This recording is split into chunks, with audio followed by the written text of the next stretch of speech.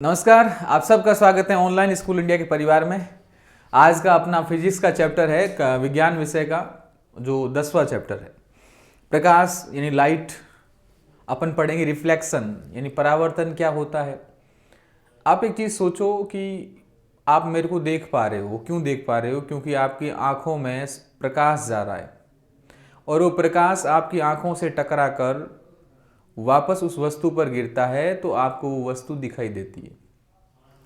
आप एक चीज सोचो, ये गुलाब क्यों दिख रहा है? क्योंकि इस पर प्रकाश गिरा और आपकी आंखों तक पहुंचा और आपको ये क्या दिखेगा? गुलाब दिखेगा। ये डायग्राम देखो इस प्रकार से। तो किसी वस्तु पर जब भी कोई प्रकाश गिरता है तो वस्तु उस प्रकाश को परावर्तन करती है और हमारी आंखों तक वो प्रकाश पहुंचता है।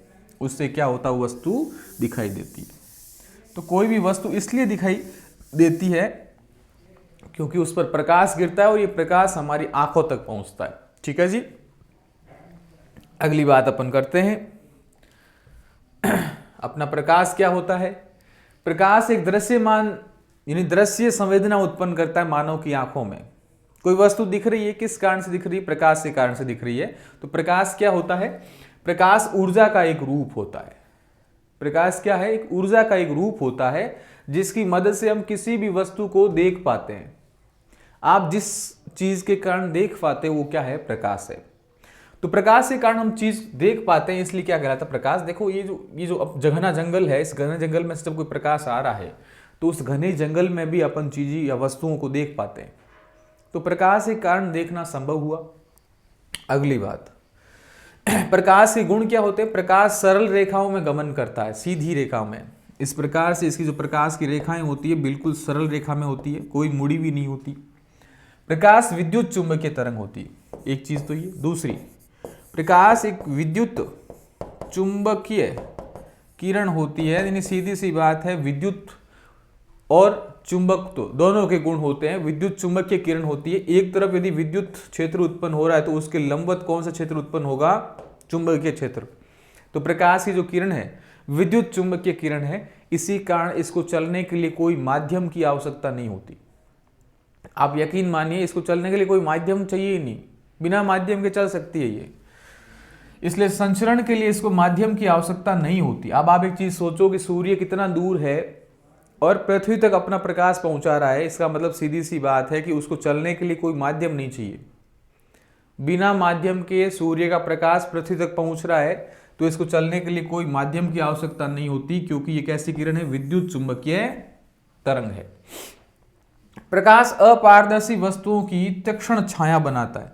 यदि कोई वस्तु, ये रखी हुई वस्तु को किताब है और इस तरफ से कोई प्रकाश आ रहा है तो इसकी तरफ, पीछे की तरफ क्या बनेगी? इसकी छाया बनेगी। अगला है, प्रकाश की चाल निर्वात में कितनी होती है? 3 × 10⁸ मीटर प्रति सेकेंड। वेरी वेरी इंपॉर्टेंट है। प्रकाश की चाल कितनी होती है? 3 × 10⁸ मीटर प्रति सेकेंड, या आप कह सकते हो सेकेंड को जैसे ही ऊपर ले जाओगे मीटर सेकेंड इनवर्स। ठीक है। तो प्रकाश की चाल कितनी होती है? 3 × 10⁸ मीटर प्रति सेकेंड।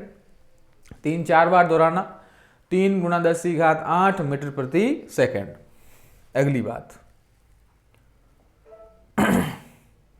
देखो, प्रकाश वाला चैप्टर आपके जो यदि 11th-12th में साइंस लोगे तो ये फिजिक्स में भी आएगा। बहुत महत्वपूर्ण चैप्टर है, ध्यान रखिएगा। ये आपके जीवन भर काम आने वाला चैप्टर है। पहला है प्रकाश का परावर्तन। परावर्तन का मतलब होता है टकराकर वापस लौटना, टकराकर वापस लौटना, टकराकर वापस लौटना। जब कोई प्रकाश की किरण किसी अपारदर्शी वस्तु से टकराकर वापस लौट आती है उसे बोलते हैं परावर्तन। वैज्ञानिक रूप से क्या परिभाषा देखो, जब उच्च कोटि की पॉलिश किया हुआ पृष्ठ जैसे कि दर्पण अपने पर पड़ने वाले अधिकांश प्रकाश को परावर्तित कर देता है। जैसे देखो, कोई भी प्रकाश की किरण आती है और ये माना कि कोई अपारदर्शी सतह है, माना कांच ले लिया आपने, दर्पण ले लिया, इस दर्पण पर प्रकाश गिरा और टकराकर लौट गया, इसे बोलते हैं परावर्तन। तो किसी उच्च कोटि की प्रकाश की किरण, या फिर कह सकते हैं कोई प्रकाश की किरण किसी अपारदर्शी सतह से टकराकर वापस लौट पाती है, परावर्तन कहलाता है। इस आने वाली किरण को बोलते हैं आपतित किरण। क्या बोलते हैं? आपतित किरण। और ये टकरा कर गई उसे बोलते हैं परावर्तित किरण। परावर्तित किरण। इसके बीच में एक खींचते हैं उसे बोलते हैं अभिलंब। क्या बोलते हैं भैया? अभिलंब। ये जो कोण बनता है उसे बोलते हैं आपतन कोण, और ये जो कोण बनता है उसे बोलते हैं परावर्तन कोण। ठीक है, तो इस प्रकार का होता है परावर्तन। अब बड़े ध्यान से देखो आप, ऐसा डायग्राम ध्यान रखना है। देखो ये आने वाली किरण, ये वाली, ये टकरा कर जाने वाली, बीच में अभिलंब। तो क्या होगा? पहला नियम, आपतन कोण, यानी ये जो कोण है ये वाला, इस किरण से आने वाली टकरा कर गई और बीच में अभिलंब, ये कोण जितना होगा उतना ही कोण ये होगा। पहली बात। आपतित किरण, यानी आने वाली किरण, ये वाली किरण दर्पण के आपतन बिंदु पर अभिलंब तथा परावर्तित किरण सभी एक ही तल में होते हैं। आपतित किरण एक ही तल में है, अभिलंब एक ही तल में है, परावर्तित किरण एक ही तल में। पहला नियम यह हुआ कि आने वाली आपतित किरण टकरा कर जाने वाली परावर्तित किरण और अभिलंब एक ही तल में होते हैं। पहला नियम। दूसरा, जितना कोण आपतित किरण अभिलंब के साथ बनाती, ये जो कोण बन रहा है ये वाला, उतना ही कोण परावर्तित किरण अभिलंब के साथ बनाती है। तो कोण ये आई हुआ कोण, आपतित को इंडेक्ट बोलते हैं और रिफ्लेक्ट बोलते हैं। जितना कोण ये बन रहा है उतना ही कोण ये बन रहा है, तो कोण I इज इक्वल टू कोण R। दूसरा नियम क्या है? आपतन कोण परावर्तन कोण के बराबर होता है, यानी जो आपतन कोण होता है ये वाला कोण, ये उसके बराबर होगा किसके? इस परावर्तन कोण के बराबर। यानी सीधी सी बात है प्यारे बच्चों कि ये किरण आई, टकरा कर गई, यदि बीच में अभिलंब खींचा गया है तो जितना कोण ये होगा उतना ही कोण ये होगा। ठीक है, अगली बात।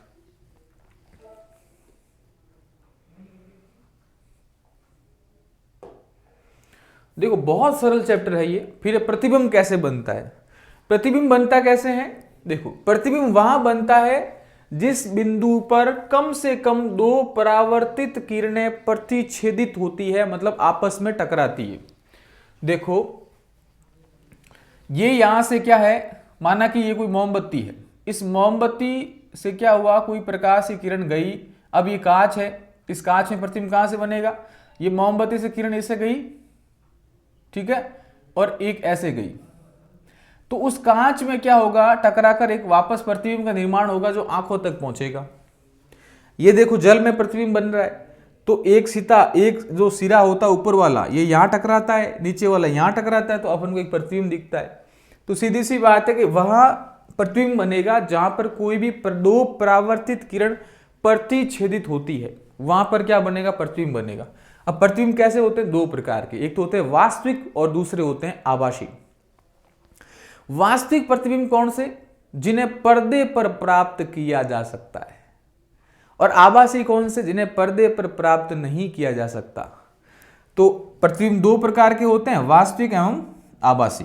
ठीक है जी, अगली चीज देखो।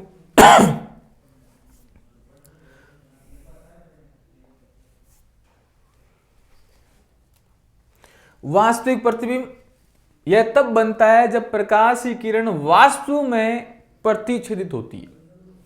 एक तो होता है अपन को दिख रहा है लेकिन वास्तव में ऐसा नहीं होता है, और एक होता है कि वास्तव में हो रहा है और वैसा ही दिख रहा है, तो वो होता है वास्तविक। यानी जब बनता है जब प्रकाश की किरण वास्तव में प्रतिच्छेदित होती है, इसे पर्दे पर प्राप्त कर सकते हो। वास्तविक प्रतिबिंब हमेशा कैसा बनता है? उल्टा बनता है, उल्टा बनता है, ध्यान रखिएगा। अगली चीज, आभासी प्रतिबिंब कैसे क्या होता है? तो ध्यान रखिएगा, आभासी का मतलब अपन को वास्तव में ऐसा लगता है लेकिन वो वास्तव में प्रतिच्छेदित नहीं होती दो प्रकाश की किरणें। यह तब बनता है जब प्रकाश की किरण प्रतिच्छेदित होती प्रतीत होती है, इसे पर्दे पर प्राप्त नहीं कर सकते। आभासी प्रतिबिंब सीधा बनता है, ध्यान रखना। तो आपको याद रखना, वाऊ यानी वास्तविक उल्टे बनते हैं, आसी का मतलब आभासी सीधे बनते हैं। ठीक है, अच्छा ये कौन से दर्पण और लेंस बनाते हैं? तो ध्यान रखिएगा, जो आभासी प्रतिबिंब होते हैं वो कौन सा बनाता है? अवतल लेंस बनाता है, जबकि जो उत्तल लेंस होता है वो कैसा बनाता है? वास्तविक बनाता है।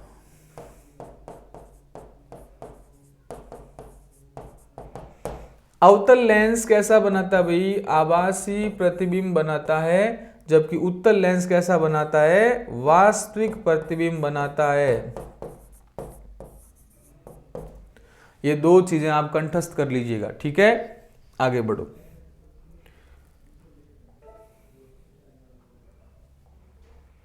बहुत ही रोचक चैप्टर है, आपको बहुत मजा आएगा, क्योंकि इसमें अपन कई ऐसे, ये देखो आपको चिंता होती होगी यार ये दर्पण कैसे प्रतिबिंब बनाते होंगे, बिल्कुल आराम से समझाऊंगा, मजा आएगा। और शायद किसी से ऐसा पढ़ ही नहीं पाओगे वैसा मुझसे पढ़ोगे। दर्पण आए देखो इस प्रकार के चमकदार होते हैं, एक तरफ पॉलिश होती है, कई चांदी के होते हैं, है ना। तो दर्पण ये ऐसे होते हैं। अब देखो दर्पण कई प्रकार के होते हैं। एक तो गोल दर्पण होते हैं, है ना, गोल दर्पण। एक होते हैं सपाट एकदम सीधे वाले, जो अपन सुबह सुबह थोपड़ा देखते हैं अपना, वो समतल दर्पण होते हैं। समतल दर्पण की खास बात क्या है वो देखो, अपने तो मैं बताऊं वैसा याद कीजिएगा। आपसे पूछे समतल दर्पण, समतल मिरर या प्लेन मिरर या समतल दर्पण, देखो समतल दर्पण एकदम सीधा होता है, एक तरफ क्या होती है पॉलिश की भी होती है और दूसरी तरफ ऐसे ही होता है कांच। समतल दर्पण की खास बात क्या होती है? ये खास बात ये होती है कि समतल दर्पण में जितनी दूरी पर वस्तु होगी, जितनी दूरी पर वस्तु होगी उतना ही दूरी पर प्रतिबिंब बनेगा। उतनी ही दूरी पर क्या बनेगा? प्रतिबिंब बनेगा, प्रतिबिंब बनेगा, ठीक है। माना कि कोई वस्तु यहां से 1 मीटर दूरी पर है, ये कोई वस्तु है, माना कि आप खड़े हो 1 मीटर दूरी पर, तो आपको दर्पण में भी 1 मीटर दूरी पर क्या दिखेगा? वो मानव दिखेगा या वस्तु दिखेगी। पहला नियम तो ये हुआ। दूसरा नियम कि वस्तु यदि इस कांच की ओर आ रही है, इस दर्पण की ओर आ रही है 1 मीटर प्रति सेकंड से, तो वापस ये जो प्रतिबिंब बन रहा है ये 2 मीटर प्रति सेकंड से इसकी ओर गति करेगा। तो वस्तु की गति का दुगुनी गति से प्रतिबिंब वापस चलता है, वापस चलता है। अब आप देखो, यानी यहां से इस कांच की ओर मैं इस वस्तु को लेके जाऊं 1 मीटर प्रति सेकंड से, तो ये दुगुने स्पीड से इसके सामने आएगी, ठीक है। तीसरा, यदि कोई माना कि मैं 5 फुट लंबा हूं, तो मेरे को यदि अपना पूरा प्रतिबिंब देखना होगा तो मुझे 2.5 फुट का क्या चाहिए? कांच चाहिए। यानी यदि कोई L लंबाई का कोई वस्तु है, L लंबाई का, तो उसका प्रतिबिंब देखने के लिए L/2 दर्पण की आवश्यकता होगी। L/2 का मतलब इसकी लंबाई का आधा, 5 फुट है तो 2.5 फुट हो गया, 2 फुट है तो 1 फुट हो गया। तो ये कुछ सामान्य से नियम है, आप ध्यान रखिएगा। पहली चीज कि समतल दर्पण से आभासी बनते हैं और सीधे बनते हैं, यानी आप जैसा देख रहे हो वैसा ही प्रतिबिंब बनेगा कांच में, लेकिन वो आभासी होता है, उसे पर्दे पर प्राप्त नहीं किया जा सकता। दूसरा, प्रतिबिंब का आकार वस्तु के आकार के बराबर होता है, यानी जितना का जितना वस्तु होगा उतना ही उसका क्या बनेगा? प्रतिबिंब बनेगा। प्रतिबिंब दर्पण के उतने ही पीछे बनता है जितनी वस्तु दर्पण से दूरी पर रखी है, यानी जितनी दूरी पर ये बी रखी है उतनी ही दूरी पर उसका प्रतिबिंब बनेगा। प्रतिबिंब पार्श्व प्रतिबिंब बनता है, और वेरी वेरी इंपॉर्टेंट, आप देखते हो कांच में यदि बिंदी इस तरफ लगी होती है तो कांच में इस तरफ दिखेगी, यानी पार्श्व प्रतिबिंब दिखता है, राइट का लेफ्ट दिखेगा, लेफ्ट का राइट दिखेगा, ठीक है। तो ये चीजें आप ध्यान रखिएगा। अगला अपन देखते हैं पार्श्व प्रतिबिंब। आपको समझ में आया होगा क्या चीज होती है पार्श्व प्रतिबिंब, कि इसमें वस्तु का दायां भाग बायां होता है, बायां का दायां होता है। यानी ये राइट हैंड यदि मेरी घड़ी है इसमें, तो मेरे को जो वस्तु दिखेगी वो इस वाले हाथ में दिखे, मतलब जो प्रतिबिंब दिखेगा वो इस वाले हाथ में घड़ी पहनी हुई दिखाई देगी। अब अगला है गोलीय दर्पण। गोलीय दर्पण में क्या होता है कि एक गोलाकार संरचना होती है और उसमें एक तरफ क्या होती है? पॉलिश। आप देखते हो इस प्रकार का कांच घरों के आगे कई बार लगा होता है। तो गोलीय दर्पण का परावर्तक तल अंदर की ओर धंसा हुआ होता है या बाहर की ओर निकला हुआ होता है तो गोल, लेकिन या तो अंदर धंसा हुआ होगा या बाहर निकला होगा। जैसे ये देखो कि कांच है कोई ऐसी आकृति का, ठीक है। यदि अंदर धसा हुआ है या बाहर निकला हुआ है तो गोलीय दर्पण इस प्रकार के होते हैं। दो प्रकार के होते हैं, अवतल दर्पण यानी गोलीय दर्पण जिसका परावर्तक पृष्ठ, वेरी वेरी इंपॉर्टेंट। आप कटोरी लीजिए, कोई आपने कटोरी माना कि ये देखो आप, ठीक है। अब इसका देखो आप, ये जो बाहर निकला हुआ भाग है यदि इस प्रकार का है तो उत्तल है, उत्तल दर्पण है। यदि अंदर धसी हुई चीज है तो अवतल दर्पण है। बाहर निकला हुआ उत्तल, अंदर धसा हुआ अवतल, बस इतनी सी बात याद रखो। जिसका परावर्तक पृष्ठ अंदर की ओर धसा हुआ होता है वो क्या कहलाता है? अवतल दर्पण। अर्थात गोले के केंद्र की ओर वक्रित है वह अवतल दर्पण कहलाता है। और यदि उत्तल की बात करें अपन तो उत्तल दर्पण कैसा होता है भाई? उत्तल दर्पण होता है गोलीय दर्पण जिसका परावर्तक पृष्ठ बाहर की ओर निकला हुआ होता है। यानी सीधी सी बात है, इस तरफ का भाग तो क्या होगा? बाहर निकला हुआ है, इसका मतलब उत्तल है, और अंदर धसा हुआ है इसका मतलब अवतल है। इस प्रकार का आपने देखा होगा, रोड लाइट रोडों पर लगा हुआ होता है। अगली चीज, गोलीय दर्पण में सामान्यतः प्रयुक्त होने वाले कुछ शब्द। पहला है धुरु। क्या होता है? देखो बड़े आसानी से समझिएगा क्योंकि कोई हार्ड चीज नहीं है, ये समझने के लिए आपको थोड़ा दिमाग लगाने की आवश्यकता। माना कि ये कोई गोलीय दर्पण है, ठीक है, ये इसका क्या होता है? केंद्र होता है। इसे बोलते हैं सी को मतलब केंद्र, केंद्र का मतलब वक्रता केंद्र, वक्रता केंद्र। पहली चीज तो ये ध्यान रखो। दूसरा, इस सी से लगाकर इस वाली परिधि की ओर यदि अपन बढ़े तो ये जो चीज क्या होती है, ये चीज आप ध्यान रखिएगा, यहां से लगाकर यहां, ये होती क्या? त्रिज्या। और इसी त्रिज्या को यहां पर अपन क्या कहते हैं? फोकस। फोकस बिंदु। और इसी फोकस बिंदु का दुगुना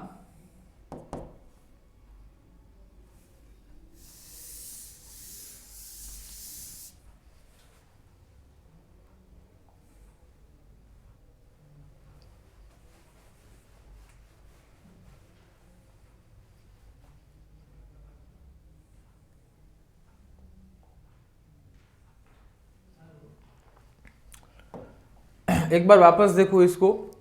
देखो अपन बात कर रहे हैं, कोई भी किसी दर्पण या लेंस की बात कर रहे हैं तो उसका गोलीय दर्पण के अंदर जितनी दूरी पर, माना कि ये जो बीच वाला चीज है ये कहलाएगा केंद्र। सी बराबर क्या कहलाता है? केंद्र। इस केंद्र से इस परिधि की ओर जितनी दूरी होती है ये कहलाता है पी। पी का मतलब धुरु, धुरु। और इस सी और पी का आधा होता है एफ। एफ का मतलब फोकस।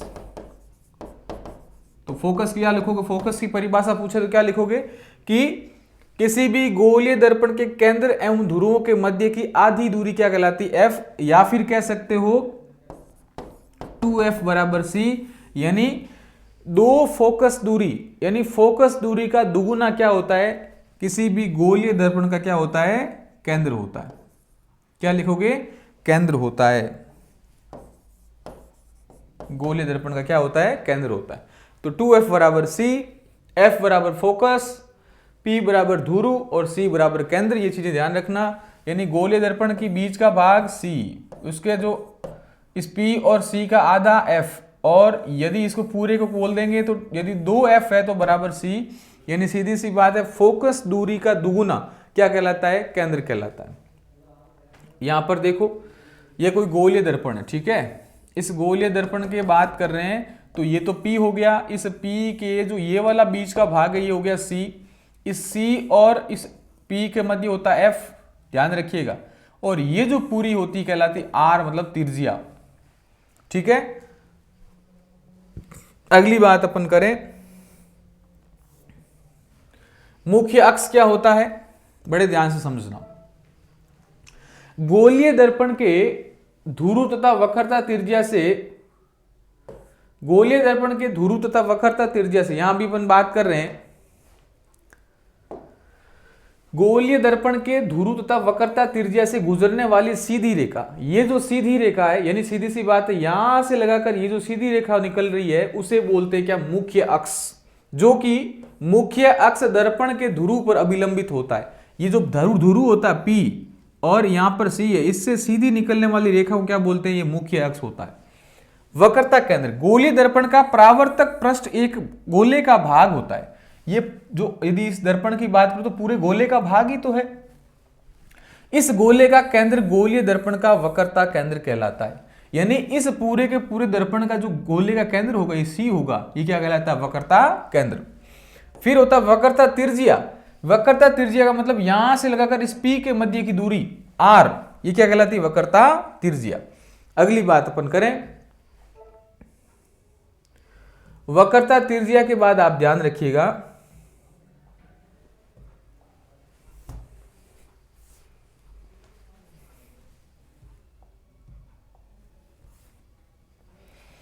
द्वारक या एपरेचर, गोलीय दर्पण के परावर्तक पृष्ठ तल की वर्ताकार सीमा रेखा का व्यास दर्पण का द्वारक या एपरेचर कहलाता है। ठीक है। अगली बात, इसे mn से प्रदर्शित किया गया है। फिर मुख्य फोकस, मुख्य अक्ष पर वह बिंदु जहां मुख्य अक्ष के समानांतर किरण आकर मिलती है। यानी सीधी सी बात है, जहां पर जो किरण आके मिल रही है ना, वो क्या कहलाता है? जैसे यहां देखो, यहां पर जो भी किरणें आके मिल रही है एफ पर, इसे बोलते हैं फोकस दूरी, या सीधी सी बात है मुख्य फोकस कहते हैं। फिर फोकस दूरी यानी जो लेंस से लगाकर जहां पर क्या किरणें मिल रही है उसके मध्य की दूरी क्या कहलाती? फोकस दूरी। और ये जो वक्रता केंद्र होता है उसकी आधी होती है। गोलीय दर्पण के ध्रुव तथा मुख्य फोकस के मध्य की दूरी फोकस दूरी कहलाती है। इसे एफ द्वारा प्रदर्शित करते हैं। छोटे द्वारक के गोलीय दर्पणों के लिए, जो छोटा द्वार होता है उनका गोलीय दर्पणों के लिए वक्रता त्रिज्या फोकस दूरी की दुगुनी होती। मैंने आपको बताया था कि 2f बराबर c। ठीक है। फिर बात करते हैं अपन, यानी r बराबर 2f द्वारा होता है। ठीक है। अब देखो, ये तो आपको ऐसे हार्ड लग रहा होगा, मैं आपको एक आसान से ट्रिक बताता हूं, आपका जीवन भर काम आएगी। कोई भी आपको लेंस दे या दर्पण दे, लेकिन इन दो चीजों का जरूर ध्यान रखना। यदि वो क्या हो, अवतल दर्पण हो, यदि वो उत्तल दर्पण हो, या सॉरी उत्तल लेंस हो, तो आपको एक लाइन खींचनी है। इस लाइन के बीच में आप क्या लिखोगे? P लिख लो। यहां से आपको शुरू करना है अनंत से। अनंत का मतलब इन्फिनेटिव। इन्फिनेटिव यानी बहुत दूर से किरणें आ रही हो। उसके बाद लिखना है C, उसके बाद लिखना है F, और उसके बाद लिखना है P। वैसा का वैसा इस साइड भी F, C और अनंत। जिस तरह ऐसे लिखा है वैसे वैसे उधर से शुरू करना है। जैसे अनंत लिखा है यहां पर, अनंत C, F। इस C को आप 2F भी कह सकते हो, इसी C को आप 2F भी कह सकते हो, क्योंकि F का दुगुना क्या होता है? C होता है। अब बड़े ध्यान से समझना, जिंदगी में ये चीज आपके जीवन बना देगी। यदि कोई वस्तु अनंत पर रखी हुई है तो उसका प्रतिबिंब कहां बनेगा? F पर बनेगा। यदि कोई वस्तु C पर रखी हुई है तो उसका प्रतिबिंब कहां बनेगा? C पर बनेगा। और यदि कोई वस्तु F पर रखी हुई है तो उसका प्रतिबिंब कहां बनेगा? अनंत पर। यानी इस तरफ से लाओ, इस तरफ से खिसकाते जाओ। अनंत पर है तो F पर, C पर है तो C पर, F पर है तो अनंत पर। अब प्यारे बच्चों, यदि आपसे पूछ ले इनके बीच में कोई वस्तु रख दी, यानी इस अनंत और C के मध्य कोई वस्तु है, तो मुझे बताओ कहां बनेगा? सीधा या F और C के मध्य। यदि C और F के मध्य है तो कहां बनेगा? C और अनंत के मध्य। बस। अब आपसे पूछे कि ऐसी कौन सी स्थिति है जहां पर वस्तु रखने पर उसी दूरी पर बनता है, तो C पर वस्तु रखते हो तो C पर प्रतिबिंब बनता है। ठीक है। ये डायग्राम ध्यान रखना, कुछ नहीं करना, लाइन खींचो, बीच में लिखो P, F, C अनंत, F, C अनंत। अनंत का F पर, C का C पर और F का अनंत पर। ऐसे आपको ध्यान रखना। तो बताओ, अनंत पर कोई वस्तु रखी हुई तो कहां बनेगा भाई? अनंत पर रखी हुई है तो फोकस पर बनेगा। C पर है तो F और C से परे, मतलब सीधी सी बात है, C से और C और अनंत के मध्य, C और अनंत के मध्य है तो F और C के मध्य। C पर है तो C पर, C एवं F के मध्य है तो C एवं F, यानी C और अनंत के मध्य। F पर है तो अनंत पर, F और P यानी ये चीज आप जरूर ध्यान रखना, यदि कोई वस्तु इन दोनों के मध्य F और P के मध्य है तो उसका प्रतिबिंब कहां बनेगा, इसी P और F के मध्य बनेगा, लेकिन बहुत ही बड़ा बनेगा। ये बात आप कंठस्थ कर लीजिएगा। दर्पण के पीछे बनेगा, विधिवत बहुत बड़ा बनेगा। अब देखो, अब एक चीज नोटिस की होगी आपने, यहां पर सारे प्रतिबिंब कैसे बन रहे हैं, वास्तविक एवं उल्टे बन रहे हैं। तो अवतल दर्पण से हमेशा, अवतल दर्पण की बात कर रहा हूं, अवतल लेंस ध्यान रखना अलग चीज है। यहां अवतल दर्पण की बात कर रहा हूं, अवतल दर्पण से हमेशा प्रतिबिंब कैसे बनते हैं, वायु बनते हैं। लेकिन एक अपवाद है, आभासी और सीधा कब बनता है, जब P और F के मध्य हो। बाकी सारे हो गए वास्तविक उल्टे, वास्तविक उल्टे, वास्तविक उल्टे, वास्तविक उल्टे, वास्तविक उल्टे, लेकिन एक है आभासी और सीधा, जब वस्तु P और F के मध्य हो। ठीक है, बाकी सारी चीजें देख लो आप अनंत पर रखी हुई, तो F पर बहुत छोटा छोटा छोटा मतलब समान साइज का, बड़ा अत्यधिक बड़ा, और ये कोई बात नहीं, विधिवत बड़ा यानी बहुत ही बड़ा। तो ये चीजें हैं, आपको उम्मीद है समझ में आया होगा। कुछ नहीं करना है, एक लाइन खींचनी है, लाइन के आधार पर आपको देखना है कि कौन सा प्रतिबिंब कहां बनेगा। ठीक है,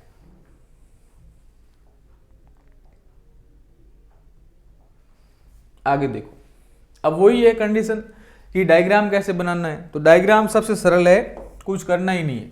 यदि आपसे पूछे अवतल का, तो अवतल अंदर धंसा हुआ होता है, ये बताओ कौन सा मुख्य अक्ष, ये C से, ये मुख्य अक्ष हो गया। अब आपको ध्यान रखना, जैसे वस्तु C पर रखी हुई है तो प्रतिबिंब कहां बनेगा, तो यदि वस्तु C पर रखी हुई है तो उसका प्रतिबिंब हमेशा कहां बनेगा, इसी C पर ही बनेगा। तो वस्तु से पहली तो क्या निकालो, सीधी निकालो, दूसरी फोकस से निकालो, ये फोकस से निकाली, ये वापस टकरा के आ गई, ये यहां से निकाली, ये फोकस से निकाल दो।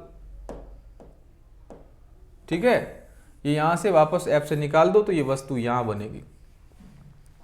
यानी वास्तविक बना, उल्टा बना, पर्दे पर प्राप्त कर सकते हैं, और जितना ये वस्तु है उतना ये प्रतिबिंब बनेगा। माना कि कोई वस्तु आप C से हटाकर कहीं और पे और जगह रखो,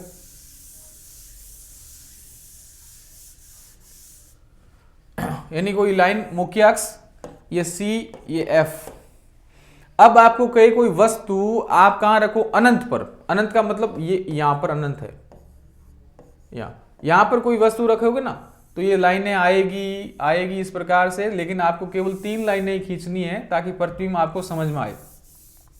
देखो कैसे, ये आएगी और ये सीधा F से निकलेगी, पहली F से निकली, दूसरी F से निकली, तो प्रतिबिंब कहां बनेगा भाई, F पर बनेगा। यदि कोई वस्तु अनंत पर है तो F पर बनेगा। इस प्रकार से डायग्राम बनाना, कुछ करना ही नहीं है कि आपको एक जो दर्पण बनाना है, दर्पण के बाद में आपको इसको गुजारना है, बहुत सरल चीज है। ठीक है, मैं आपको समझाता हूं। देखो,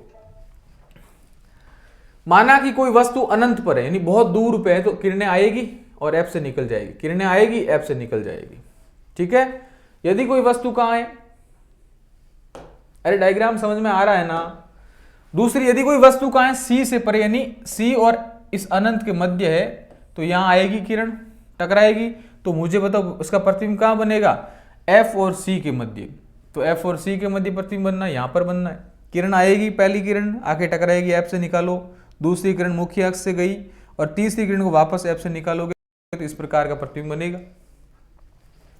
आप एक कंडीशन दो मुझे, माना कि कोई वस्तु है, और वस्तु को मैं कहां रख रहा हूं, वस्तु को मैं रख रहा हूं आपके, माना कि ये मैंने आपके खींचा, ये अवतल दर्पण हो गया, कुछ नहीं करना, ये मुख्य अक्ष खींच दो, यहाँ C लिख लो, यहाँ F लिख लो। यदि कोई वस्तु C पर है, बस आपको कुछ पता ही नहीं है, C पर है, तो एक दिमाग लगाओ, प्रतिबिंब कहाँ बनना चाहिए, C पर बनना चाहिए, क्योंकि C है तो C पर बनेगा। अब ये वस्तु रखी हुई है, ये वस्तु थोड़ी छोटी करो भाई, ये कोई वस्तु रखी हुई है। अब देखो, इस वस्तु की पहली किरण तो आप सीधी निकाल दो, दूसरी किरण सीधा F से निकालो, बस। जो सीधी किरण निकाली उसको वापस F से निकालो, और इस किरण को जो जा रही है इसको सीधा निकालो वापस। अब मुझे बताओ, ये दोनों किरणें यहां मिल रही है, तो जो प्रतिबिंब बनेगा यहां बनेगा, यानी ये जो प्रतिबिंब बना है C पर जो वस्तु रखी है उसका प्रतिबिंब भी कहां बन रहा है, C पर बन रहा है। तो इस प्रकार से आपको ध्यान रखना है। ठीक है, बहुत सरल चीज है, कोई हार्ड चीज नहीं है इसमें कि प्रतिबिंब को बनाना कैसे है। 3 किरणें निकालनी मुख्य अक्ष से, दूसरी कहाँ से निकालनी है, ऊपर जो वस्तु की है स्थिति वहां से सीधी निकालनी, एफ से निकालनी है, और तीसरी सीधा एफ से निकालनी। बहुत सरल चीज है, कुछ है ही नहीं, ये वापस वही चीजें हैं। अब देखो अवतल दर्पण के उपयोग कहाँ होते हैं। आपने देखा होगा जो डॉक्टर के पास जाते हैं, आपके दांत चेक करते हैं, है ना, दांत चेक करते हैं, पर उसके यहाँ पर एक बिल्कुल वो लाइट के समान एक कांच लगा होता है, और उस कांच का वो कौन सा होता है, अवतल। दाढ़ी कराने जाते हैं, शेविंग दर्पण, वो भी कैसा, अवतल, ताकि चीजें बड़ी दिखे। गाड़ी का जो हेडलाइट होता है, उस हेडलाइट के अंदर भी आप देखते हो कटोरी बोलते हो उसको, लाइट जिसमें लगी होती है कटोरी, उसमें भी अवतल दर्पण है। तो टॉर्च, सर्च लाइट वाहनों की हेडलाइटों में, दंत विशेषज्ञ में अवतल दर्पण का, इन्हें प्राय चेहरे को बड़ा देखने में, शेविंग दर्पण में, सोलर भट्टियों में सूर्य के प्रकाश को केंद्रित करने के लिए इसका उपयोग किया जाता है। अगली चीज,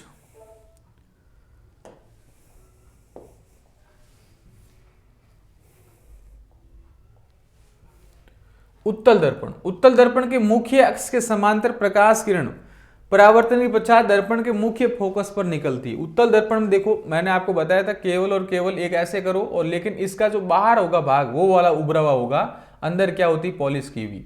तो प्रकाश की किरण जैसे ही आएगी टकरा कर ऊपर चली जाएगी, इसका दर्पण आभासी बनता है, क्योंकि पर्दे पर प्राप्त नहीं कर सकती, इसके पीछे बनता है। तो ये एफ यहां पर आएगी किरण, दूसरी सी से निकलेगी, ठीक है। उत्तल दर्पण के मुख्य फोकस से गुजरने वाली किरण के पश्चात मुख्य अक्ष से समानांतर निकलेगी, यानी सीधी सी बात है, जो किरण आएगी और जो मुख्य अक्ष से टकराएगी, यानी सी से टकराएगी, तो ये समानांतर निकल जाएगी। उत्तल दर्पण के वक्रता केंद्र की ओर निर्देशित किरण परावर्तन के पश्चात उसी दिशा में वापस चली जाती है। ये जो कोई किरण आई है तो परावर्तन के बाद वापस इस दिशा में वापस चली जाएगी। उत्तल दर्पण का जो P होता है, ये जो पोलर होता है, यहां पर यदि कोई किरण टकराएगी तो उसका एक परावर्तन का पूर्ण रूपेण नियम का पालन होगा। जितनी किरण का कोण यहां बनेगा उतनी किरण से टकराकर वापस चली जाएगी। अब इसमें दो प्रतिबिंब बनते हैं, एक तो यदि अनंत पर है तो F पर, और अनंत के अलावा कहीं भी हो दर्पण P के बीच में तो कहां बनेगा, F और P के मध्य ही बनेगा। ये दो है, दो चीजें। यदि अनंत पर है तो F पर बनेगा, और अनंत और P के मध्य कहीं भी हो तो उसका प्रतिबिंब P F और P के मध्य बनेगा। अगला है उत्तल दर्पण के उपयोग कहां होते हैं। तो उत्तल दर्पण के उपयोग आपने देखा होगा, जो वाहन होते हैं, गाड़ी, उस गाड़ी के साइड में जो कांच होता है वो उत्तल दर्पण होता है, ठीक है। अपन देखते हैं जो मोटरसाइकिल के साइड में कांच होता है ना, गाड़ी के, वो सब वो उत्तल दर्पण होते हैं। दुकानों में इसका इस्तेमाल सिक्योरिटी दर्पण के रूप में भी करते हैं, क्योंकि उत्तल दर्पण का उपयोग होता है बहुत लंबे क्षेत्र को देखता है, ठीक है। ये देखो इस प्रकार से लगा होता है ये। अगला है गोलीय दर्पण द्वारा परावर्तन की चिन्ह परपाटी। देखो बहुत ही महत्वपूर्ण नहीं है, लेकिन फिर भी ध्यान रखना कि बिंब हमेशा दर्पण के बाईं ओर रखा जाता है। ये ध्यान रखना, यदि आपको कोई भी डायग्राम बनाना हो ना, तो बिंब का मतलब वस्तु हमेशा दर्पण के बाईं ओर, इस ओर रखी जाएगी, और इसका अर्थ है कि दर्पण पर बिंब से प्रकाश बाईं ओर से आपतित होगा, इस तरफ से आपतित होगा। दूसरा, मुख्य अक्ष के समानांतर सभी दूरियां दर्पण के ध्रुव में मापी जाती है। यदि मुख्य अक्ष के समानांतर जो भी चीज होगी तो उसकी दूरी कहां से मापोगे आप, मुख्य अक्ष से मापोगे, यानी ध्रुव से मापोगे। फिर मूल बिंदु के दाईं ओर, यानी इस ओर यदि कोई चीज है तो प्लस गुणा माइनस अक्ष के अनुदिश होगी। यानी सीधी सी बात है, यदि कोई वस्तु इस ओर प्रतिबिंब बना रही है तो धनात्मक होगी, यानी प्लस में दूरी मापोगे, और इस ओर बना रही है तो माइनस में। यानी कोई ये चीज है, ये दर्पण है, ऐसे देखो आप, ये कोई दर्पण है, यदि इस ओर कोई प्रतिबिंब बन रहा है तो प्लस में, और इस ओर कोई प्रतिबिंब बन रहा है तो माइनस में, ये ध्यान रखना। आगे देखो,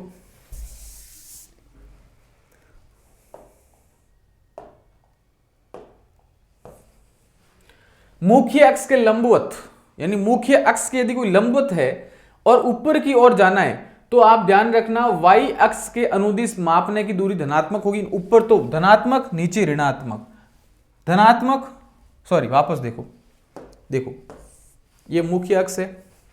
अब यदि इस ओर दूरी माप रहे हो तो धनात्मक है, और इस ओर दूरी माप रहे हो ऋणात्मक है। अब यदि ऊपर की ओर माप रहे हो धनात्मक है, और नीचे की ओर माप रहे हो तो ऋणात्मक है। ये आपको मैं बाद में बताऊंगा एग्जाम्पल के तौर पर, अभी ध्यान नहीं रखना, ठीक है। अभी कुछ ध्यान मत रखो, क्योंकि दिमाग पे ज्यादा लोड पड़ता है ना तो आप पढ़ाई छोड़ देते हो, अभी ध्यान नहीं रखना। फिर बिंब की दूरी हमेशा ऋणात्मक होती है, यानी सीधी सी बात है, यदि आप कोई भी वस्तु को देखोगे, यानी इस ओर देखोगे तो हमेशा क्या होगी, ऋणात्मक होगी, और इस ओर देखोगे धनात्मक होगी। उत्तल दर्पण की फोकस दूरी हमेशा धनात्मक होती, वेरी वेरी इंपॉर्टेंट। यदि उत्तल दर्पण है तो उसकी फोकस दूरी हमेशा क्या होगी, धनात्मक। क्यों होगी, क्योंकि उत्तल दर्पण हमेशा इस ओर प्रतिबिंब बनाता है, तो वो कैसा होगा, धनात्मक, और इस ओर जो बना रहा है वो ऋणात्मक। तो दर्पण का सूत्र हो गया, आपको याद रखना है, दो VUF, कुछ नहीं करना, बीच में प्लस लगा दो और बराबर लगा दो, बट्टा तो करना ही है, 1 1 1, बस VUF, बीच में लगा दो प्लस और बराबर, बट्टा 1 1 बट्टा ये लगा दो, बस VUF, लेकिन बीच में प्लस का निशान है। लेकिन जैसे ही लेंस पढ़ेंगे तो यहां पर माइनस हो जाएगा, तो थोड़ा फर्क है, ध्यान रखना है ना। यानी लेंस पढ़ेंगे तो कैसा हो जाएगा, ऋणात्मक। लेंस तो पढ़ नहीं रहे हैं अपन, क्या पढ़ रहे हैं, अपन पढ़ रहे हैं दर्पण, तो यहां पर कैसा है, धनात्मक। V क्या होती है, प्रतिबिंब की दूरी, वेरी वेरी इंपॉर्टेंट है। V बराबर प्रतिबिंब की दूरी, यानी जो जहां पर वो चीज का प्रतिबिंब बन रहा है उसकी दूरी। दूसरा है बिंब की दूरी, U होगा, U का मतलब बिंब की दूरी, और F का मतलब फोकस दूरी। इन तीनों चीजों को ध्यान रखना, रट लेना कि V तो क्या होगी भैया, प्रतिबिंब की दूरी, U क्या होगी, बिंब की दूरी। अब इसको पढ़ाए ना तो कई घंटे लग जाए भाई, कोई ज्यादा अपने दिमाग में इतना ही रखना है कि लेंस का जो सूत्र होता है वो होता है 1/V प्लस 1/U बराबर 1/F। अब आवर्धन क्या होता है, आपने देखा जब छोटे बच्चे थे अपन, तो दादी का चश्मा लेते, उसको ऊपर करते, तो कोई चीज अपन को बहुत बड़ी दिखती थी। वो बड़ी क्यों दिखती थी, क्योंकि उसकी क्षमता क्या है, आवर्धन की है। यानी सीधी सी बात, इंस्ट्रूमेंट बॉक्स में आता है जो अपन ऐसे ऐसे ऊपर बड़ा करके देखते हैं, वो आवर्धक लेंस है। देखो इस प्रकार से इसको बड़ा देखते हैं, है ना। तो छोटी चीजों को बड़ा देखने के लिए आवर्धक लेंस का उपयोग लेते हैं। गोलीय दर्पण द्वारा उत्पन्न वह आपेक्षिक विस्तार है जिसका ज्ञान होता है कि कोई प्रतिबिंब बिंब की अपेक्षा कितना गुना आवर्धित है, इस प्रतिबिंब की ऊंचाई एवं बिंब की ऊंचाई के अनुपात के रूप में व्यक्त करते हैं। समतल दर्पण का आवर्धन सदैव धनात्मक यानी +1 होता है, और प्रतिबिंब का आकार बिंब के आकार का होता है, यानी जितना बिंब होगा यानी वस्तु होगी उतना ही प्रतिबिंब होगा। लेकिन गोलीय दर्पण जब भी होगा तो क्या होगा, यदि उत्तल दर्पण है तो उसका 1 से कम होगा, और यदि अवतल दर्पण है तो उसका जो आवर्धन होगा 1 से ज्यादा होगा। यानी अवतल से चीजें फैलेगी, उत्तल से चीजें सिकुड़ेगी। यदि m बराबर नेगेटिव हो और तो दर्पण कैसा होगा, अवतल, और m बराबर पॉजिटिव है इसका मतलब उत्तल होगा। ठीक है। उदाहरण, किसी ऑटोमोबाइल में पीछे दृश्य देखने के लिए उपयोग होने वाला उत्तल दर्पण की वक्रता त्रिज्या 3m है। यदि एक बस इस दर्पण को 5m की दूरी पर स्थित है तो प्रतिबिंब की स्थिति, प्रकृति और साइज बताइए फटाफट इसका आंसर बताइए कि यदि कोई ऑटोमोबाइल के पीछे दृश्य देखने के लिए उपयोग होने वाला उत्तल दर्पण की वक्रता त्रिज्या, यानी सीधी सी बात है, लाइन खींचो, पहले तो लाइन खींचे, ये C F P, अब सीधी सी बात है वापस F और C। अब किसी ऑटोमोबाइल के पीछे दृश्य देखने, इसका मतलब सीधी सी बात है कौन सा दर्पण है, उत्तल दर्पण है। कौन सा दर्पण है, उत्तल दर्पण। उत्तल दर्पण की वक्रता त्रिज्या 3 है, यानी इस P से लगाकर इसकी दूरी कितनी है, 3 मीटर है। यदि एक बस इस दर्पण से 5m की दूरी पर स्थित है, यदि कोई दूसरी बस है, यानी वस्तु कितनी दूरी पर है, 5m दूरी पर है, तो प्रतिबिंब की स्थिति, प्रकृति और साइज बताइए। तो सीधी सी बात है, उत्तल दर्पण है तो अपने दिमाग में जाना चाहिए हमेशा कैसा बनेगा, आभासी बनेगा साहब, सीधा बनेगा। ये दो चीजें तो अपने पहले ही क्लियर हो गई, बची क्या, प्रतिबिंब की स्थिति। तो बच्चों समझो, यदि 3 मीटर इसकी ये है लेकिन 3 से भी ये अलग है, यानी सीधी सी बात है अपन माने अनंत, अनंत और C के मध्य कोई भी जब वस्तु होगी तो उसका प्रतिबिंब कहां बनेगा, F और C के मध्य बनेगा। उसका प्रतिबिंब कहां बनेगा, यानी फोकस दूरी और वक्रता केंद्र के मध्य बनेगा। फोकस दूरी व वक्रता केंद्र के मध्य बनेगा। ठीक है, बस ये चीजें आप जरूर ध्यान रखिएगा। आगे देखो,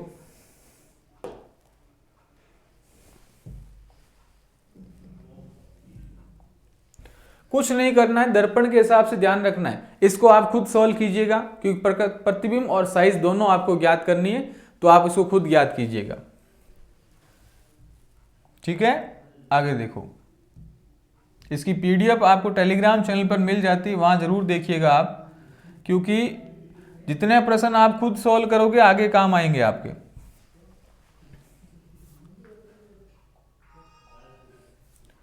प्रकाश का अपवर्तन क्या चीज होती है, अब बड़े ध्यान से समझिएगा। अपवर्तन क्या होता है, माना कि आपकी कोई दोस्त है और उस दोस्त के आपको घर जाना है, तो आप क्या करते हो, यदि सीधी गली जा रहे हो तो आपको किसी दोस्त ने कहा नहीं यार थोड़ा घूम के आते हैं ना, ये घूमना ही अपवर्तन है। जब कोई प्रकाश की किरण एक दिशा में जाती हुई अपने रास्ते से भटक जाती है, उसे बोलते हैं अपवर्तन। तो यानी आप परिभाषा क्या लिखोगे कि जब कोई प्रकाश की किरण एक माध्यम से दूसरे माध्यम में जाती है तो अपने पथ से विचलित हो जाती है, उसे प्रकाश का अपवर्तन कहते हैं। ठीक है, तो इस प्रकार देखो, एक माध्यम था दूसरे माध्यम में गई, अपने पथ से क्या हो गई, भटक गई। तो प्रकाश की अपवर्तन की परिभाषा क्या हो गई, जब कोई प्रकाश की किरण एक माध्यम से दूसरे माध्यम में जाती है तो तिरछा होकर जाता है और दूसरे माध्यम में संचरण की दिशा क्या हो जाती है, परिवर्तित हो जाती है। इस परिघटना को प्रकाश का अपवर्तन कहते हैं। अब अपवर्तन के उदाहरण क्या, जहां कहीं भी आपको नजरों का धोखा होता हो, जहां कहीं भी नजरों का धोखा होता हो वहां प्रकाश का अपवर्तन होगा। जैसे देखो, पानी का गिलास भरा हुआ है, उसमें सिक्का डाल दिया, वो सिक्का आपको ऊपर उठा हुआ दिखाई देगा, लेकिन वास्तव में ऊपर उठा हुआ नहीं होता है, तो प्रकाश का अपवर्तन है। पहली बात, तारे आपको टिमटिमाते हुए नजर आते हैं, अपवर्तन है। यदि आप एक चीज सोचो, ये चीज क्या, कि जब कोई प्रकाश है और प्रकाश की किरण आ रही है और आपने कोई पानी से भरा हुआ कोई बर्तन है, उसमें क्या डाली, कोई गिलास, मतलब कोई ये जो पैन डाल दिया, ये आपको पैन मुड़ा हुआ दिखाई देगा। सर्दियों में अपन आग जलाते हैं तो आग के दूसरी तरफ आपको वस्तुएं हिलती हुई दिखाई देती है, यह अपवर्तन है। सूर्यास्त एवं सूर्योदय के समय सूर्य अंडाकार दिखाई देता है, अपवर्तन है। तो ये सारी घटनाएं कैसी, अपवर्तन है। तो वापस बताओ, किसी गिलास में, पानी से भरी हुई गिलास में छड़ डालने पर मुड़ी हुई दिखाई देना, तारों का टिमटिमाना, सूर्यास्त एवं सूर्योदय के समय सूर्य का अंडाकार दिखाई देना, आग के दूसरी तरफ वस्तुएं हिलती हुई दिखाई देना, पानी में तैरती हुई मछली आपको ऊपर उठी हुई दिखाई देती है, पानी में डाला हुआ सिक्का आपको ऊपर उठा हुआ दिखाई देता है ना। ये सारे अपवर्तन के उदाहरण है। तो प्रकाश के अपवर्तन के कारण स्विमिंग पूल का तल, जो स्विमिंग पूल आपको बहुत ही गहरा दिखाई देता है, पानी में आंशिक रूप से डूबी हुई पेंसिल वायु और पानी के अंतरप्रस्थ पर टेढ़ी, यहां पर जो जैसे ही पेंसिल डाली तो इसके जो जहां पर मिलने का स्थान है, यहां पर आपको टेढ़ी वस्तु दिखाई देगी। कांच के गिलास में पड़े नींबू वास्तविक आकार से बड़ा दिखाई देता है। कागज पर लिखे शब्द गिलास स्लेब से देखने पर ऊपर उठे हुए दिखाई देते हैं। पानी में डाला हुआ सिक्का आपको ऊपर उठा हुआ दिखाई देता है। अपवर्तन कैसे होता है, देखो मैं आपको समझाता हूं सामान्य सी चीज के अंदर अपवर्तन क्या होता है। माना कि ये पानी है और ये कोई प्रकाश की किरण आ रही है। अब जैसे ही प्रकाश की किरण, ये देखो, ये क्या है, हवा है, और ये क्या है, पानी है। यानी माध्यम पहले हवा था, अब पानी है, तो माध्यम अलग है। ये तो कैसा माध्यम है भाई, विरल माध्यम है, क्योंकि थोड़े हवा के कण दूर दूर है। जबकि इसकी तुलना में ये कैसा माध्यम है, सघन माध्यम है। यानी इसमें कण क्या है, हवा की तुलना में पास पास में। जैसे ही कोई किरण हवा से पानी में आएगी, यानी विरल से सघन में आएगी, तो जाना तो इसको सीधा चाहिए था, लेकिन अपने पथ से भटक जाती है। एक चीज ये, और इसके बीच में अपन अभिलंब खींच सकते हैं क्या, बिल्कुल खींच सकते हैं। तो ये हो क्या आपका अभिलंब, अभिलंब खींचना जरूरी होता है। जब कोई प्रकाश की किरण हवा से पानी में आती है तो अभिलंब के पास आ जाती है। ये अभिलंब के क्या आ गई, पास। अब दूसरी प्रयोग करते हैं। दूसरे प्रयोग में जब कोई प्रकाश की किरण क्या होगा, इस पानी से हवा में जाएगी तो क्या होगा, अभिलंब जाने तो चाहिए थी कैसे, सीधी, लेकिन अब क्या हो जाएगी, टेढ़ी चली जाएगी। यानी इस अभिलंब से क्या हो गई, दूर हो गई। ये क्या हो गई, दूर हो गई। यानी जब कोई प्रकाश की किरण सघन माध्यम से विरल माध्यम में जाती है तो अभिलंब से दूर, जबकि विरल माध्यम से सघन माध्यम में जाती है तो अभिलंब के पास आ जाती है। यही अपवर्तन है। ये डायग्राम आपको एग्जाम में बनाना ध्यान रखिएगा, और ये बनाओ तो भी सही, कोई दिक्कत नहीं है, क्योंकि ये कांच है और ये हवा है, ठीक है, ये हवा है और ये कांच है, तो इसका मतलब ये तो विरल हो गया और ये हो गया सघन। जब कोई प्रकाश की किरण विरल से सघन में जाएगी, जानी तो सीधी चाहिए थी लेकिन ये मुड़ जाएगी और इस अभिलंब के क्या हो जाएगी, पास आ जाएगी। लेकिन जब वापस कांच से बाहर निकलेगी तो ये अभिलंब से क्या हो जाएगी, बहुत ही दूर हो जाएगी, ठीक है। तो ये आपको डायग्राम बनाना है, कुछ नहीं करना है, आपको ऐसे कांच बनाना है, यहां लिखना है कांच, ये एक अभिलंब बना दो, यहां पर एक अभिलंब बना दो और किरण निकालो। ये किरण आई पहले में तो पास में, दूसरे में क्या होगी, जैसे ये सीधी निकली यहां पर बनाओ अभिलंब और दूसरे में क्या हो जाएगी, दूर हो जाएगी। तो ये आपको एक डायग्राम बनाना है किसका, अपवर्तन का,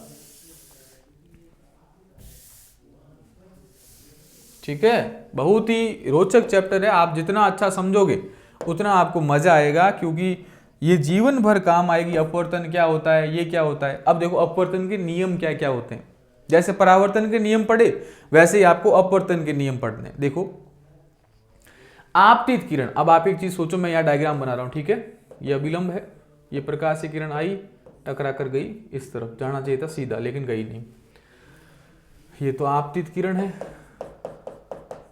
ये अभिलंब है और ये हो गई अपवर्तित किरण।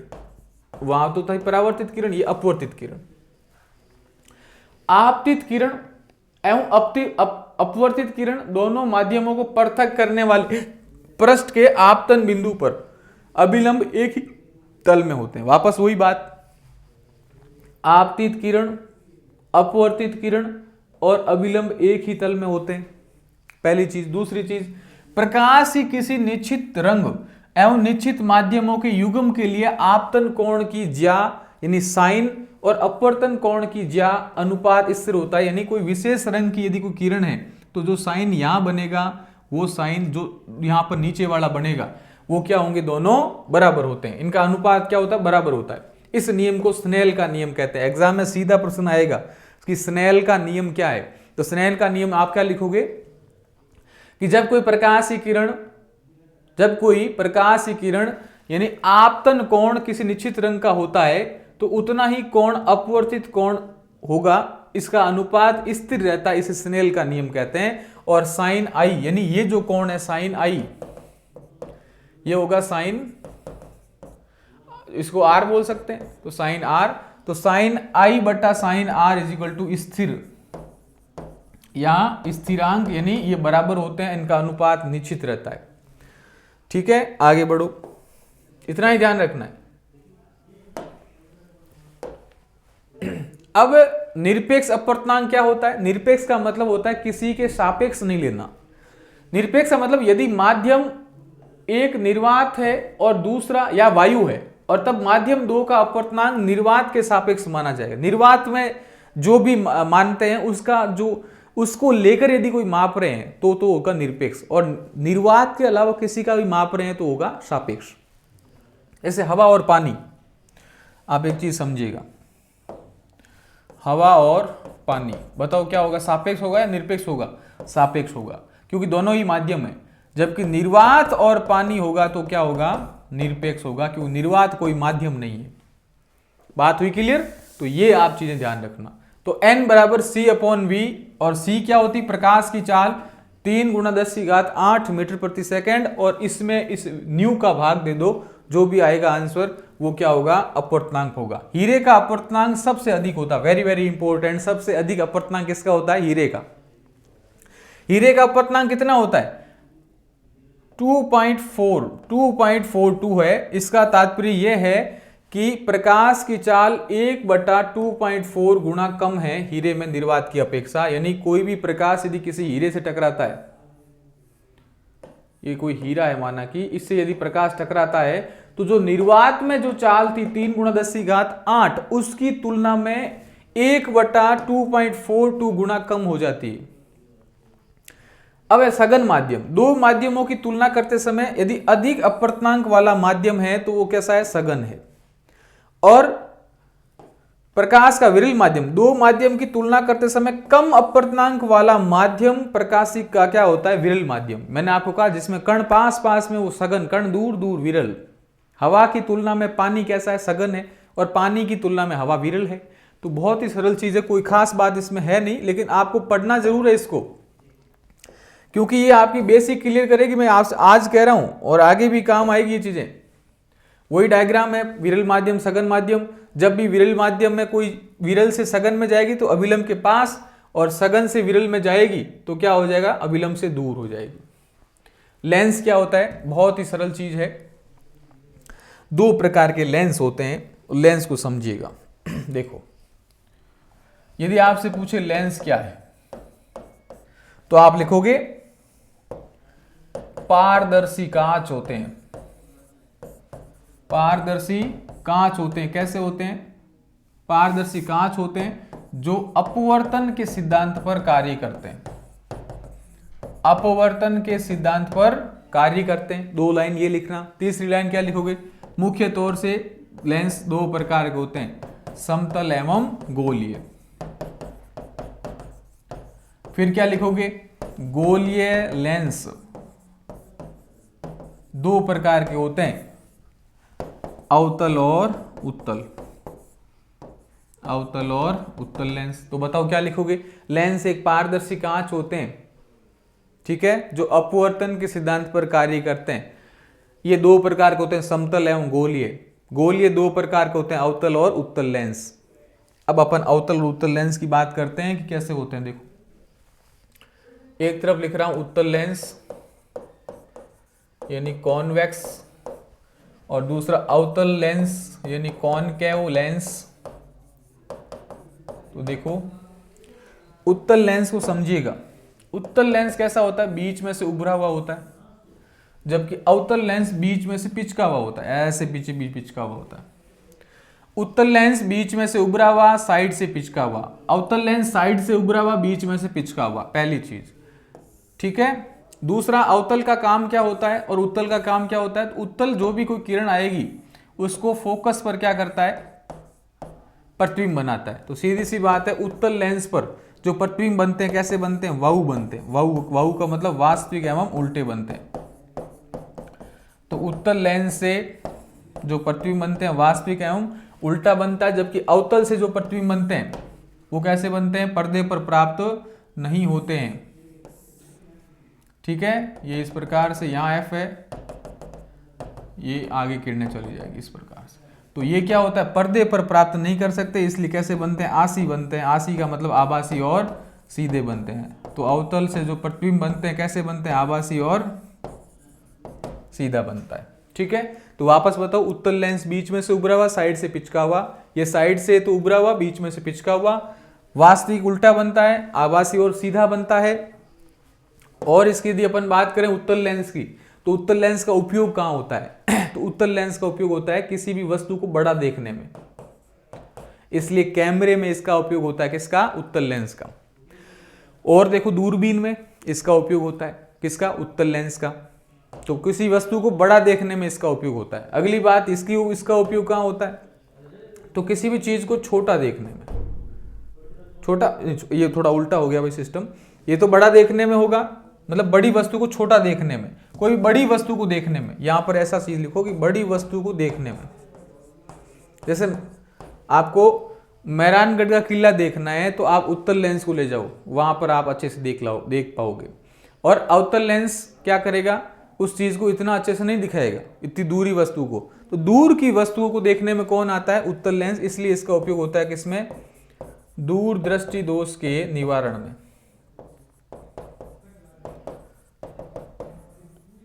तो ध्यान रखना, दूर दृष्टि दोष के निवारण में किसका उपयोग, उत्तल लेंस का। जबकि निकट दृष्टि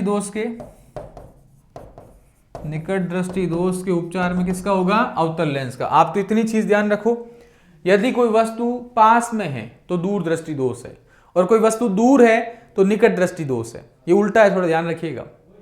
दूर वस्तु है तो निकट दृष्टि दोष, पास की वस्तु देखनी है तो दूर दृष्टि दोष। उपचार, द प्लस उ, दू का मतलब उत्तल लेंस, निकट दृष्टि दोष का अवतल लेंस, ठीक है। अब अपनी किताब की ओर बढ़ते हैं। वापस वही बातें हैं कि ये किनारों की अपेक्षा बीच में से मोटा होता है। अभिसारी लेंस कहते हैं क्योंकि किरणों को केंद्रित करता है, अभिसारित करता है। ये बीच में से तो पिचका हुआ, बाहर से मोटा होता है, ये अपसारी लेंस होता है, यानी किरणों को फैलाने वाला होता है। ठीक है, आगे देखो,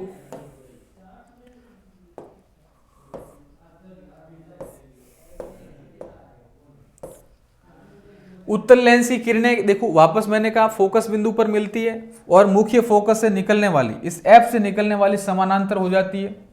अगला केंद्र से गुजरने वाली सीधी निकल जाएगी। अब इससे प्रतिबिंब कहाँ बनते हैं, मैंने वही डायग्राम आपको वापस याद करना है। कौन सा वाला, कि आपको कुछ नहीं करना, एक लाइन खींचनी है कि उत्तल लेंस से कहाँ कहाँ प्रतिबिंब बनते हैं। तो लाइन में वापस वही, यहाँ बीच में P, यहाँ पर अनंत, यहाँ पर भी अनंत, बीच में C और F, यहाँ पर F और C। अब कुछ नहीं करना, यदि पूछे अनंत पर कोई वस्तु रखी हुई है तो F पर बनेगा, C पर है तो C पर बनेगा, F पर है तो अनंत पर बनेगा। कुछ नहीं करना, बहुत ही साधारण सी चीज है। देखो, यदि कोई वस्तु अनंत पर है तो प्रतिबिंब कहाँ बनेगा, F पर बनेगा, लेकिन बहुत ही छोटा बनेगा। और देखो यहाँ पर एक चीज ध्यान रखिएगा, ये बात हुई उत्तल लेंस की हो रही है, तो उत्तल लेंस में हमेशा प्रतिबिंब कैसा बनता है, वास्तविक एवं उल्टा बनता है। ये आभासी नहीं है भाई थोड़ा। अगला है, यदि कोई वस्तु 2f पर यानी C एक ही बात है, C यानी 2f से और अनंत के बीच में है तो क्या बनेगी, F और C के मध्य, और छोटा बनेगा।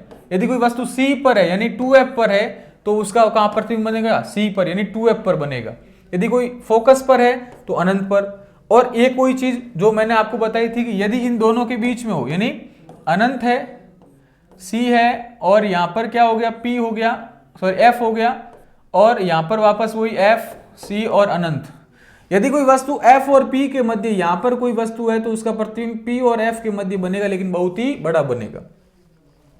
यदि कोई वस्तु F और O या फिर P एक ही बात है, वहां पर तो अपन दर्पण में तो P लेते थे, यहां पर O लेते हैं, तो उसका प्रतिबिंब कहां बनेगा, बहुत ही बड़ा बनेगा, आभासी और सीधा बनेगा। तो ये चीजें आप ध्यान रखना। वही चीजें हैं भाई जो मैंने अवतल दर्पण में आपको समझाई थी, वही चीजें हैं, कोई खास बात नहीं है। और इसको आपको मैं वापस करवा दूंगा, कोई चिंता की बात नहीं है। एग्जाम के समय जब आपको लगे कि मुझे डर लग रहा है तो ये पार्ट सबसे सरल है। अब देखो वही बात है कि प्रतिबिंब कैसे बनता है। तो आपसे पूछ ले, कोई वस्तु C पर रखी हुई है, कोई वस्तु C पर रखी हुई यानी 2f पर रखी हुई है तो उसका प्रतिबिंब कहां बनेगा, तो सीधी सी बात है 2f पर ही बनेगा। तो कुछ नहीं करना है, उत्तल लेंस बनाओ, ये बना दो 2f, ये बना दो f, ये बना दो o, यहां वापस f, और यहां बना दो 2f। अब देखो बच्चों, वस्तु रखी 2f पर, तो पहली किरण तो आप सीधा निकालो कहां से, f पर, लेकिन f से भी सीधा निकलने दो। दूसरा इस वस्तु से सीधा o से डायरेक्ट निकालो, तो जो प्रतिबिंब बनेगा उल्टा बनेगा। देखो ये सीधी रखी हुई उल्टी बन रही है तो बनेगा वास्तविक एवं उल्टा बनेगा। और कहां बनेगा, F और कहां बनेगा, 2f पर बनेगा। तो 2f पर वस्तु रखी हुई 2 पर बनेगा। तो दो लाइनें आपको याद रखनी सिर्फ। अब देखो, यदि कोई वस्तु अनंत पर है तो कहां बनेगा, F पर। यदि कोई वस्तु कहां रखी, अनंत और 2f पर, तो कहां बनेगा, अनंत और 2f के मध्य, F और 2f के मध्य। यदि कोई वस्तु C या फिर 2f पर बनाए तो कहां बनेगा, 2f पर। यदि कोई वस्तु 2f और f के मध्य है तो कहां बनेगा, वो 2f और अनंत के मध्य। इस प्रकार से ध्यान रखना, बहुत ही आसान चीज है, आपको हार्ड लग रही होगी, किताब में समझेगा आपको वापस समझ में आएगा। अब देखो अवतल लेंस में वापस वही दो चीजें हैं, कुछ नहीं करना। यदि कोई वस्तु अनंत पर है तो f पर, और f और o के मध्य कहीं भी हो तो f और o के बीच में बहुत छोटा, आभासी और सीधा, क्योंकि अवतल से हमेशा आभासी और सीधे ही बनते हैं। ठीक है, ये डायग्रामेटिक ध्यान रखना। अब गोलीय लेंस की परिपाटी, आपको सूत्र ध्यान रखना है। मैंने आपको कहा था यदि लेंस हो, क्या चीज हो, यदि कभी भी लेंस की बात होगी तब तो आपको क्या ध्यान रखना है, माइनस आएगा। देखो मैंने आपको जब दर्पण करवाया था तो उसमें लिखवाया था UVUF बराबर प्लस 1/, ये तो क्या था, दर्पण का सूत्र। यहां पर कुछ नहीं करना है, आपको इसको हटाओ और यहां लगा दो माइनस। ये किसका फॉर्मूला आ गया, लेंस का। तो लेंस में तो माइनस, दर्पण में होगा प्लस। लेंस में माइनस, दर्पण में होगा प्लस। लेंस में माइनस, दर्पण में होगा प्लस। कुछ नहीं करना, बहुत सरल चीज है। ठीक है, आगे बढ़ो। लेंस की समता देखो, लेंस की समता कैसे कैसे ज्ञात करते हैं। लेंस की समता का मतलब होता है फोकस दूरी का उल्टा।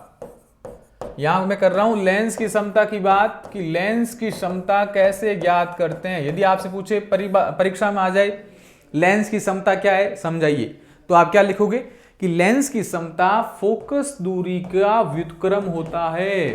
फोकस दूरी का व्युत्क्रम होता है। व्युत्क्रम का मतलब उल्टा होता है, व्युत्क्रम होता है। लेंस की समता P बराबर 1/f। f का मतलब यहां f बराबर फोकस दूरी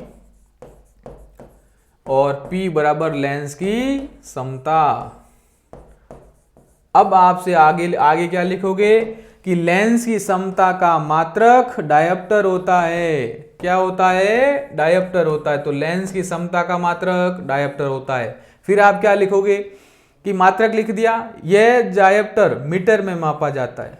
यह डायप्टर मीटर में मापा जाता है। अच्छा, और लिखना चाहो तो क्या लिखोगे कि उत्तल लेंस की समता हमेशा धनात्मक होती है, जबकि अवतल लेंस की समता हमेशा ऋणात्मक होती है। ये लिख देना बस, नंबर कहीं नहीं कटेगा अपना।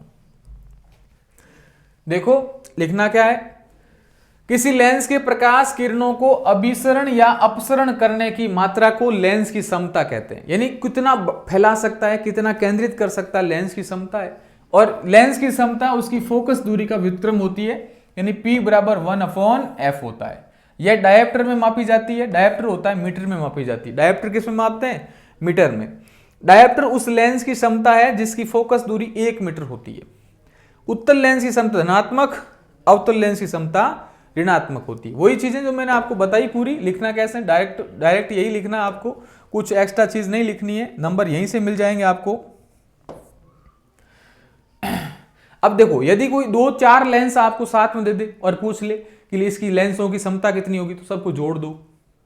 आपसे पूछ ले कि भाई एक ए लेंस की क्षमता 2 डायप्टर है, बी लेंस की क्षमता 3 डायप्टर है, तो कुल उसकी क्षमता कितनी होगी, तो सबको आप जोड़ दो, कुछ नहीं करना है। ठीक है, थैंक यू। ये प्रकाश वाला चैप्टर था, बहुत आसान चैप्टर था, फिजिक्स का चैप्टर था। थोड़ा इसको वापस देखना 2-3 बार, समझ में आएगा अच्छे से। मिलते हैं अगली वीडियो में, तब तक अपना ख्याल रखिएगा। Thank you very much.